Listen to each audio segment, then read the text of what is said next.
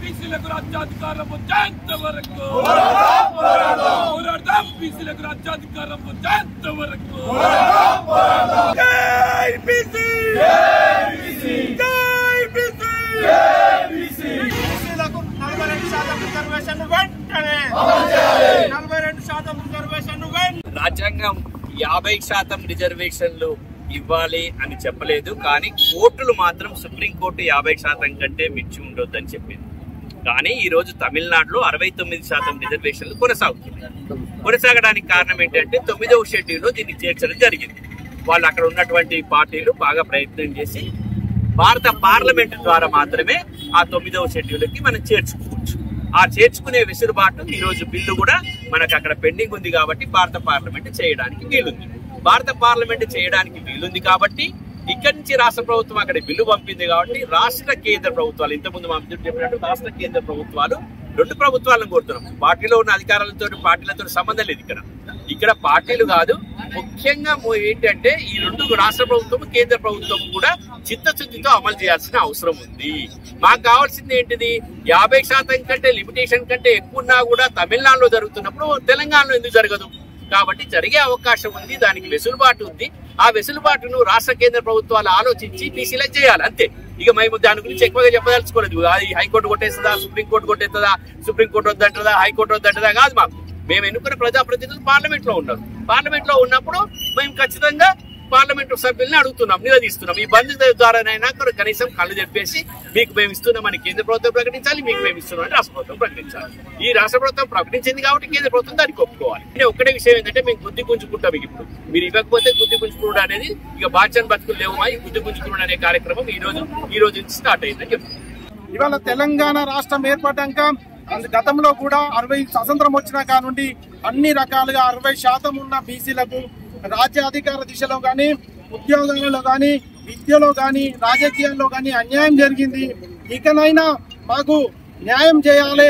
ఇవాళ 42% ఏదైతే బీసీలకు న్యాయం చేస్తే రిజర్వేషన్ అమలు చేస్తామని చెప్పిన ప్రభుత్వాలు, రాష్ట్ర ప్రభుత్వం అయితేంది, కేంద్ర ప్రభుత్వం అయితేంది, తక్షణము ఈ యొక్క బిల్లును ప్రవేశపెట్టి తెలంగాణ ప్రాంతంలో ఉన్న బీసీలకు 42% రిజర్వేషన్ అమలు చేయాలి.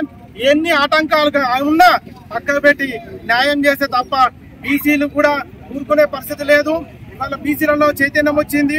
పార్టీలకు అతీతంగా మొత్తం అన్ని పార్టీలు ఉన్న బీసీలు కూడా చైతన్యవంతులైనరు. తెలంగాణ ఉద్యమం ఏ రకంగా జరిగిందో మరొక ఉద్యమం జరిగే పరిస్థితి ఉన్నది. కాబట్టి తక్షణము ప్రభుత్వాలు ఆలోచించి తప్పకుండా బీసీలకు న్యాయం జరగాలని సంపూర్ణ మద్దతు ప్రకటించింది. మొదటిగా టీఆర్ఎస్ పార్టీ కానీ, కేటీఆర్ గారు కానీ ఒకటే అంశాన్ని తెలంగాణ ప్రజలకు, తెలంగాణ బీసీలకు మేము చెప్తా ఉన్నాం.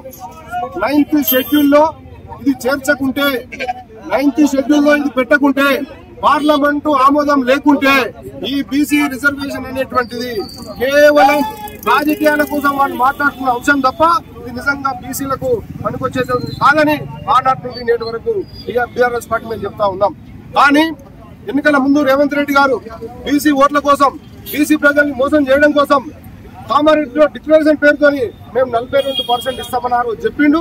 కానీ ఈ రోజు ఏదైతే చట్టసభలలో జరగాల్సినటువంటి ప్రక్రియ జరగకుండా, పార్లమెంట్ లో చట్టం లేకుండా, 9th షెడ్యూల్లో దీన్ని చేర్చకుండా ఇది కేవలం బీసీలను మోసం చేసే చర్య తప్ప ఇది నిజమైనటువంటి చర్య కాదు. తొందరపాటు చర్య. హైకోర్టులో పెండింగ్ ఉంటుంది, సుప్రీంకోర్టులో పెండింగ్ ఉంటుంది. హడావుడిగా ఎన్నికల షెడ్యూల్ పెట్టి 41 జీవో తెచ్చి ఈ విధంగా ప్రజల్ని దగా చేసిండు. నిలువున తెలంగాణ బీసీలను, తెలంగాణ సమాజాన్ని మోసం చేసిండు. మోసం చేసినటువంటి కాంగ్రెస్ పార్టీని, మోసం చేసినటువంటి రేవంత్ రెడ్డికి తెలంగాణలో ఉన్నటువంటి బీసీలు అంతా బుద్ధి చెప్పాల్సిందిగా మేము విజ్ఞప్తి చేస్తా ఉన్నాం. బడుగు బలైన వర్గాలు ఏకమై, బడుగు బలైన వర్గాలు సంఘటితమై రాబోయే రోజులలో ఈ మోసపూరితమైనటువంటి వాగ్దానాలు చేసినటువంటి కాంగ్రెస్ ను